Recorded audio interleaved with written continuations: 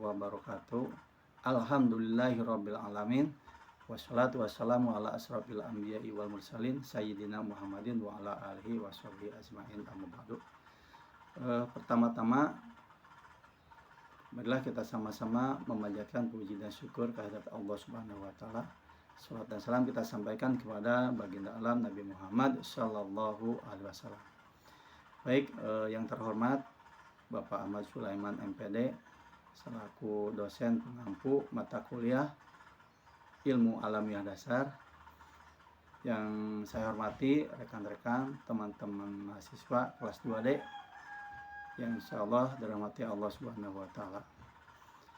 Baik, langsung saja pada kesempatan ini saya menyampaikan materi 6 pertemuan terakhir yang sudah lewat.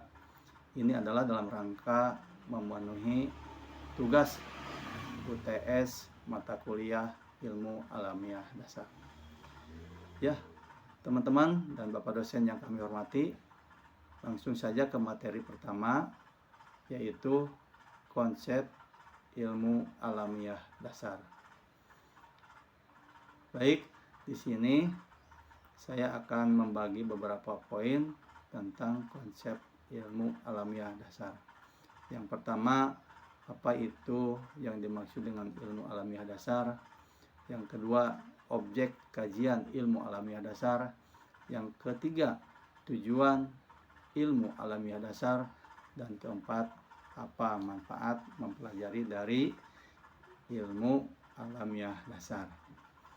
Baik teman-teman dan Bapak dosen yang kami hormati, ilmu alamiah dasar adalah istilah ilmu yang digunakan pada rumpun ilmu alam, di mana objeknya adalah benda-benda alam semesta dengan hukum-hukum yang pasti dan umum, berlaku kapan dan dimanapun. Ilmu alamiah dasar menggunakan teknologi yang merupakan suatu media atau alat yang dapat digunakan untuk memproses dan menyelesaikan suatu masalah yang berkaitan dengan alam semesta. Dengan mempelajari ilmu alamiah dasar, diharapkan agar pola pikir dan perilaku manusia dapat lebih menghargai alam dan lingkungannya. Next. Jadi di slide selanjutnya saya akan menanggapi tanggapan atas pertanyaan dan jawaban dari kelompok. Di sini saya akan coba menanggapi pertanyaan dari Teh Puja Fauzia. Bagaimana tahap perkembangan pikiran manusia terhadap ilmu alam ini? Nah, kelompok pemateri menjawab, ya, Kang Rapi, ya, yaitu manusia mempunyai rasa ingin tahu yang berkembang berlandaskan pada pengetahuan tentang beberapa rahasia alam yang diperolehnya. Nah, dari uraian tadi, pertanyaan dan jawaban tadi, saya coba menanggapi atas pertanyaan tadi dengan tanggapan atas jawaban Kang Rapi, ya ini. Teh Syokura Dini, ya, mohon maaf. Tanggapan dari saya bahwa artinya rasa ingin tahu inilah yang mendorong manusia untuk mengenal, memahami dan menjelaskan hal yang bersifat alamiah, sosial dan budaya, dan manusia berusaha untuk memecahkan masalah yang dihadapinya. Oke. Slide selanjutnya ini saya mengirim atau share di FB dan dengan tulisan, dengan mempelajari ilmu alamiah dasar adalah agar pola pikir dan perilaku manusia dapat lebih menghargai alam. Jadi kita bisa tahu bahwa ilmu alamiah dasar ilmu yang menggunakan teknologi yang merupakan suatu media yang dapat digunakan untuk memproses dan menyelesaikan suatu masalah yang berkaitan dengan alam semesta. Baik, Bapak dosen yang kami hormati dan teman-teman yang saya hormati juga. Selanjutnya materi kedua yaitu tentang perkembangan pola pikir manusia. Next, jadi di slide berikutnya perkembangan pola pikir manusia saya bagi 5 poin ya. Di sini ada urgensi mempelajari perkembangan pola pikir manusia, yang kedua perkembangan alam pikir manusia, yang ketiga mitos ya, yang keempat penalaran, dan poin kelima adalah cara mendapat kesimpulan. Baik teman-teman yang saya hormati dan Bapak dosen yang saya hormati, manusia dengan kemampuan berpikir dan bernalar dengan akal serta nurani memungkinkan untuk selalu berbuat yang lebih baik untuk dirinya maupun lingkungannya. Akal bersumber pada otak dan budi bersumber pada jiwa. Sejalan dengan perkembangan zaman, manusia memanfaatkan akal budi yang dimilikinya dan ditunjang dengan rasa ingin tahu. Maka ilmu pengetahuan yang dimiliki oleh manusia dan perkembangan pengetahuan lebih berkembang lagi yang ditunjang dengan adanya komunikasi dan informasi antar manusia. Manusia yang memiliki kelebihan dibandingkan dengan penghuni bumi lainnya. Beberapa kelebihan manusia daripada makhluk lainnya yaitu manusia sebagai makhluk yang berpikir dan bijaksana. Manusia sebagai pembuat alat. Manusia sebagai yang dapat berbicara. Manusia hidup bermasyarakat. Manusia dapat mengutamakan bidang usaha. Manusia mempunyai kepercayaan dan beragama. Demikian pemaparan materi tentang perkembangan pola pikir manusia. Baik teman-teman, slide berikutnya adalah tanggapan atas pertanyaan dan jawaban dari kelompok. Di sini Teh Vina bertanya dari kelompok 4 ya. Mengapa kemampuan berpikir manusia berbeda-beda? Entah IQ, dan SQ. Apa saja faktor penyebabnya? Nah, ini saya akan coba menanggapi dari pertanyaan Teh Vina. Jadi, singkat saja bahwa Tuhan Allah Subhanahu wa taala menciptakan semua manusia berbeda-beda agar saling mengisi kekurangan dan kelebihannya masing-masing. Baik, teman-teman semuanya dan Bapak dosen yang kami hormati, share di FB ya. Saya menulis manusia dengan kemampuan berpikir dan bernalar sehat memungkinkan untuk selalu berbuat yang lebih baik untuk dirinya maupun lingkungannya. Baik teman-teman dan Bapak dosen yang saya hormati, selanjutnya ke materi ketiga ya, dengan judul kelahiran ilmu alamiah dasar dan hakikatnya. Nah, di sini dibagi dalam 3 poin ya. Kelahiran ilmu alamiah dasar dan hakikatnya. Yang pertama adalah sejarah kelahiran ilmu alamiah dasar. Yang kedua, hakikat kelahiran ilmu alamiah dasar. Dan yang ketiga adalah faktor-faktor kelahiran ilmu alamiah dasar. Baik, di sini akan saya sampaikan resume hasil catatan saya bahwa sejak awal dilahirkan di planet bumi ini, manusia langsung berinteraksi dengan alam. Interaksi dengan alam menimbulkan pengalaman. Alam memberikan rangsangan kepada manusia melalui panca indera. Panca indera merupakan alat komunikasi alam dengan manusia yang menghasilkan pengalaman. Nah, pengalaman itu semakin bertambah karena manusia ingin mendapatkan jawaban yang pasti tentang apa, bagaimana, mengapa, baik atas kehadirannya di dunia ini maupun atas segala benda yang ada di dunia ini. Manusia sadar atau tidak akan mengadakan reaksi terhadap alam. Nah, pengalaman inilah yang memunculkan terjadinya pengetahuan, yaitu fakta-fakta objek ilmu pengetahuan. Nah, jadi pada hakikatnya ilmu alamiah dasar adalah bukan suatu ilmu yang berdiri sendiri, melainkan kumpulan pengetahuan tentang konsep-konsep dasar dalam bidang ilmu pengetahuan dan teknologi. Ilmu alamiah dasar merupakan pengetahuan yang mengkaji tentang gejala-gejala alam semesta di bumi ini sehingga terbentuk konsep dan prinsip ilmu pengetahuan itu sendiri.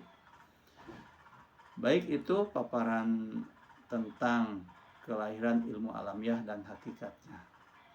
Di sini slide selanjutnya adalah tanggapan atas pertanyaan dan jawaban kelompok. Di sini yang bertanya adalah Teh Najma. Apa saja hikmah dari kelahiran ilmu alamiah dasar dan hakikatnya? Dijawab oleh kelompok yang menyampaikan pemateri, ya. Teh Tamami, ya, menjawab, yaitu memberi wawasan yang lebih luas kepada mahasiswa tentang konsep-konsep alam agar dapat peka.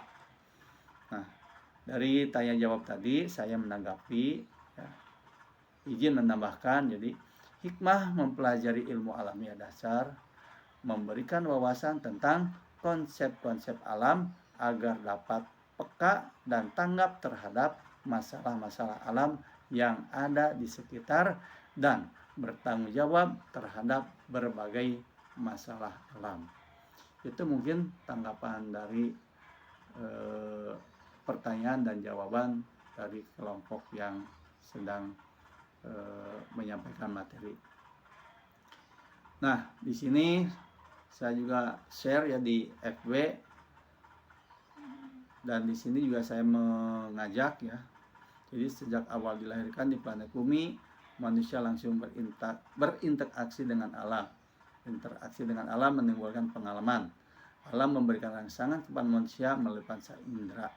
Proses interaksi inilah yang menjadi lahirnya ilmu alamiah dasar dan hakikatnya. Jadi saya mengajak, mari kita sama-sama bagaimana pentingnya mempelajari ilmu alamiah dasar beserta hakikatnya. Di samping bermanfaat untuk menambah wawasan kita, juga akan lebih peka untuk mengembangkan berbagai ilmu pengetahuan. Baik, selanjutnya materi keempat, ini dengan judul metode ilmiah sebagai bangunan sains dan teknologi. Nah, di sini saya bagi beberapa poin. Yang pertama adalah pengertian sains dan teknologi. Yang kedua, hubungan sains dan teknologi. Yang ketiga, urgensi mempelajari sains dan teknologi. Dan yang keempat adalah contoh. Baik teman-teman dan Bapak dosen yang saya hormati, teknologi berarti ilmu yang mempelajari tentang teknik manusia. Dalam memahami teknologi diperlukan beberapa perdebatan. Salah satunya adalah sains. Sains merupakan cara kerja yang sistematis dan komprehensif dengan menggunakan metode ilmiah. Sains dan teknologi bersifat komplementer yang saling melengkapi dan saling berhubungan. Syarat aplikasi sains yang layak sebagai teknologi adalah harus rasional dan efisien. Perkembangan sains dan teknologi saat ini harus berbanding dengan kualitas sumber daya manusia. Teknologi banyak memberikan dampak positif bagi manusia, tetapi juga mempunyai dampak negatif. Pada era teknologi ini, segala permasalahan manusia dapat terselesaikan dengan bantuan teknologi yang semakin modern. Manusia dengan mudah berkomunikasi dengan orang lain yang berada jauh posisinya dengan dia. Ini berkat teknologi yang semakin canggih. Manusia dengan cepat memperoleh informasi yang dibutuhkan dan banyak sekali kemudahan yang diberikan oleh teknologi. Sehingga manusia dengan mudah mengadaptasi, dengan mudah menghadapi hidup ini.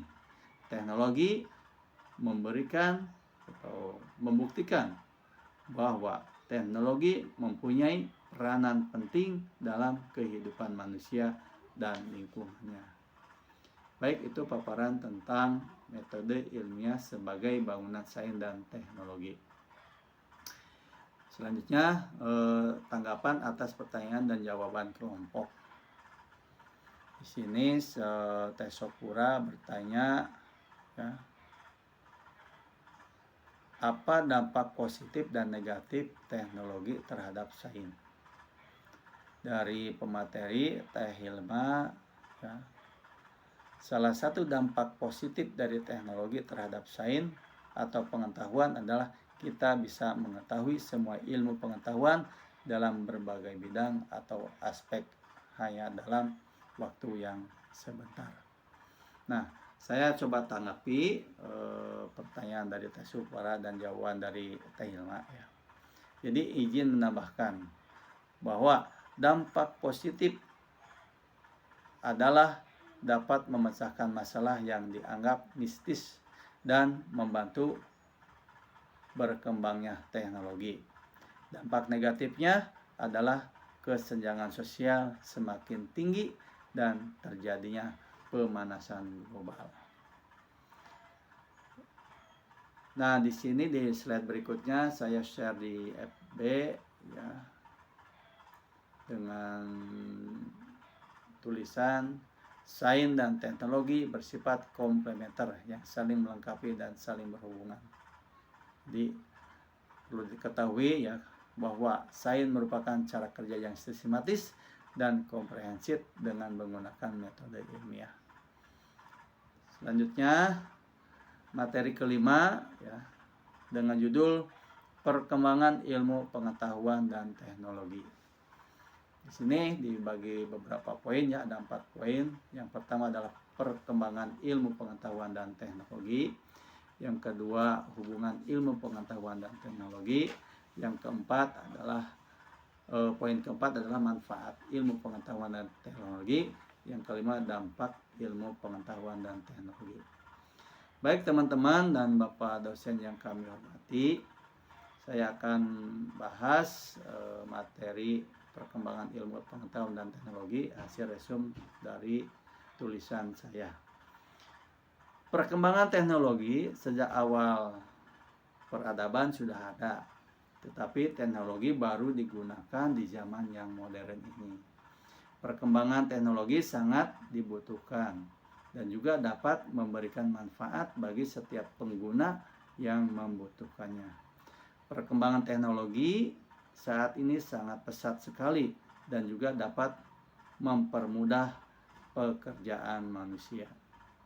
Hubungan teknologi dan pengetahuan tidak dapat dipisahkan karena sangat berkaitan antara teknologi dan ilmu. Karena dengan adanya ilmu, teknologi dapat dikembangkan, dan karena adanya teknologi, ilmu dapat dibuktikan. Itu resume daripada materi perkembangan ilmu pengetahuan dan teknologi. Selanjutnya slide yang berikutnya adalah tanggapan atas pertanyaan dan jawaban kelompok. Di sini Teh Siska bertanya bagaimana peranan iptek dalam suatu negara. Pemateri dari Teh Gina menjawab, jadi peran iptek dalam suatu negara adalah sebagai alat untuk pertahanan dan keamanan negara, karena dengan adanya iptek maka pengawasan menjadi lebih mudah dan terjangkau. Iptek juga menanggulangi adanya bencana yang tidak diinginkan karena dengan adanya peringatan dini. Nah, teman-teman yang saya hormati, ya, tanggapan atas jawaban dari Teh Gina ya selaku pemateri ya. Alhamdulillah jawabannya sudah cukup jelas ya, menurut saya ya, jelas, terperinci dan dapat dipahami. Nah, untuk share di FB ya tentang perkembangan iptek ya, saya menulis kita sama-sama belajar bagaimana pentingnya iptek, karena perkembangan iptek sangat dibutuhkan dan bermanfaat bagi pengguna yang membutuhkannya. Baik teman-teman dan Bapak dosen yang kami hormati, selanjutnya ini materi terakhir, materi 6 ya, atau pertemuan ke-6. Judulnya adalah dampak perkembangan sains bagi peradaban manusia. Ini dibagi 4 poin ya teman-teman. Yang pertama, makna sains bagi manusia. Yang kedua, pengertian sains itu sendiri ya. Yang ketiga, hubungan sains dan peradaban. Yang keempat adalah manfaat perkembangan sains. Baik teman-teman dan Bapak dosen yang kami hormati, perkembangan teknologi sejak awal ya sudah ada. Nah, di sini diperjelas juga bahwa perkembangan sains tidak lepas dari inovasi. Nah, inovasi dalam teknologi sangat dibutuhkan untuk mengikuti kemajuan zaman. Karena dengan adanya inovasi, kita dapat bertahan untuk mengimbangi perkembangan zaman. Dan untuk meningkatkan inovasi butuh perencanaan dan pengendalian yang matang agar dapat mencapai tujuan dengan hasil yang maksimal. Nah, dalam upaya mengembangkan inovasi pasti ada hambatan seperti salah mengelola ide ya, dan kurang semangat untuk mencari ilmu. Untuk itu dibutuhkan ya inovasi yang dapat meningkatkan semangat belajar agar dapat memberikan ide yang cemerlang untuk perkembangan sains teknologi yang bermanfaat bagi peradaban manusia. Baik teman-teman, slide selanjutnya adalah tanggapan atas pertanyaan dan jawaban kelompok. Di sini dari pertanyaan dari Kang Wildan, apa peranan iptek dalam kehidupan sehari-hari? Berikan contohnya. Di sini Teh Hasuti menjawab ya selaku pemateri. Jadi peranan iptek dalam kehidupan sehari-hari yaitu mempermudah komunikasi, mempermudah informasi. Contohnya yang telah saya sampaikan, bagaimana kita bisa berkomunikasi langsung dengan yang kita tuju walaupun posisi kita jauh dengan yang kita informasikan.